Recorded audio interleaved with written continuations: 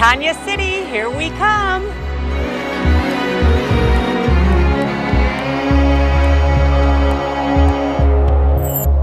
Mount Etna looms over Catania, Sicily's second largest city. It's said to have been covered by lava at least 17 times. One look at the ashy color of the streets and the buildings here, and you'll see that Etna is everywhere.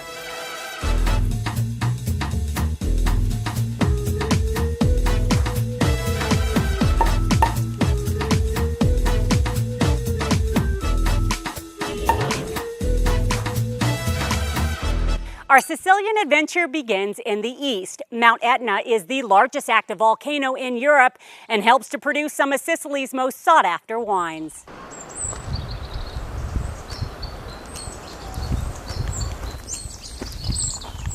Monique, welcome again in Sicily. Ciao, ciao. So, right now, you know, we are on the east side of Sicily. We climb a mountain, we are on the Etna volcano. I have to show you the treasure of this volcano, our Prephyloxera vineyard. Please follow me. Yes, sir. So, I'm sure you know what happened when Phylloxera arrived in Europe. They completely destroy all the vineyards in the whole Europe, France, Portugal, Spain, and then Italy. But when arrived on the Etna volcano, Phylloxera found two things. The first is the volcanic sand. It's a very, very thin sand and make not possible for this insect to spread. And the second is the altitude. So here we have vines that are more or less with 150 years old and were planted before the arrival of the Phylloxera in Europe. And obviously they are completely rootstockless. So we are very, very proud here because we are continue to grow this kind of vines for history and because it's an heritage. So please enter with me. I have to show you this vineyard. You first, please. I can't wait to see it. Wow.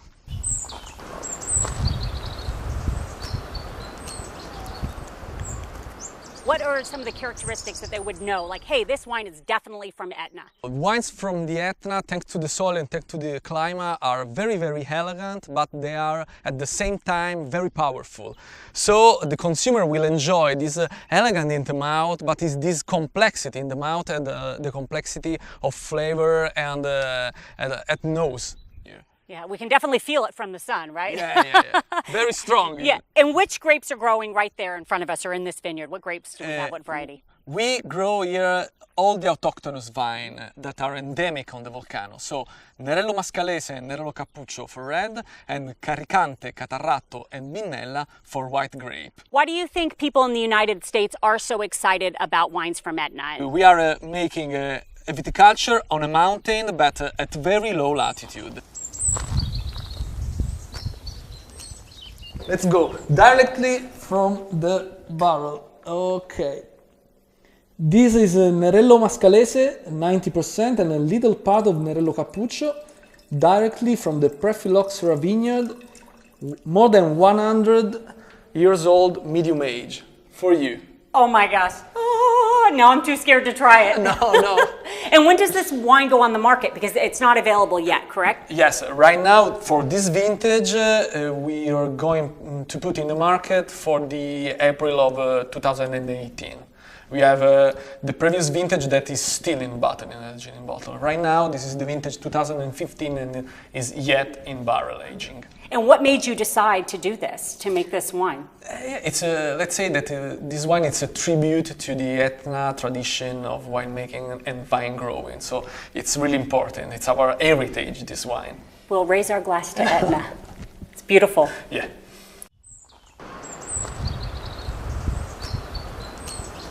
How cool is this? We're trying wines from Etna in this historic room where they first started pressing wine back in the 1500s. Absolutely. So we're gonna start with this wine. It's called Le Sabbie dell'Etna, and the translation for the consumer of the label is the Etna's sand, because as I told you, as we show you, The Etna soil has this very, very thin sand that characterizes the wine. We can say that on the Etna, all the producers were using this kind of press, but right now we had to introduce technology, but without erasing the tradition. The first thing about this Etna wine is the color. It's red, but it's very brilliant, and this is what characterizes the Nerello Mascalese from Nerello Mascalese. At nose, you can feel that it's very fresh, complex, and it's really elegant. You can see the red fruits and some part of skin of lemon, of orange, but remain really, really elegant. In your mouth, you will feel a very good tannin texture that makes the wine with a good body, but remains elegant, and is very, very long-lasting. Consumer. Yeah, just open up a bottle and you're transported to Etna, right? Sure. Cheers.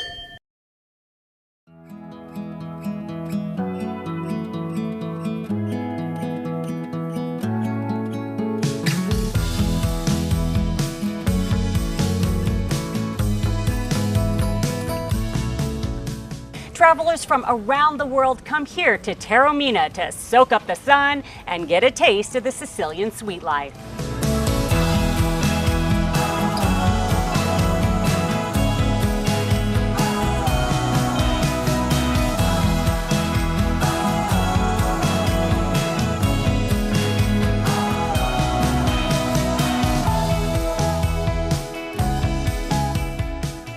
Jasmine Zibibo, please.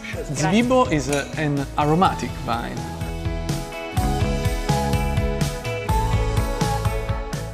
At nose, you can feel the aromas of Zibibo. So you can feel the skin of the orange, peach, and a lot of really, really aromatic and interesting aromas. A toast. A toast to Zibibo. To Zibibo. Tonno rosso di Favignana su una panure croccante di quinoa, zucchine e salsa all'arancia. Buon appetito. Grazie.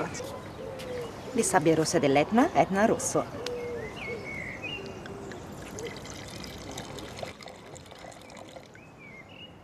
So, Monique, now we are tasting a red wine with a fish.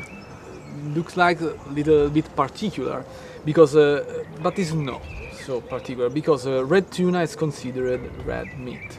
Okay? It is? Yeah. I did not know this. This red wine comes from the Etna volcano, and as I told you, it's more than 90% of Nerello Mascalese and a little part of Nerello Cappuccio. Though Nerello Mascalese is well known because its tannins are so roundy and so elegant. So again, I think, by my opinion, that it's a perfect pairing with red tuna. So everyone's welcome to come to your resort, and we're all going to come and they're going to look for you and they're going to sit down and do a food and wine pairing with you, right? You'll give them all this good info? Yeah. I cannot think of a better way to end our day than with a taste and a toast to Firriato Winery's #1 wine in the U.S., Nero di Avola. I'll drink to that.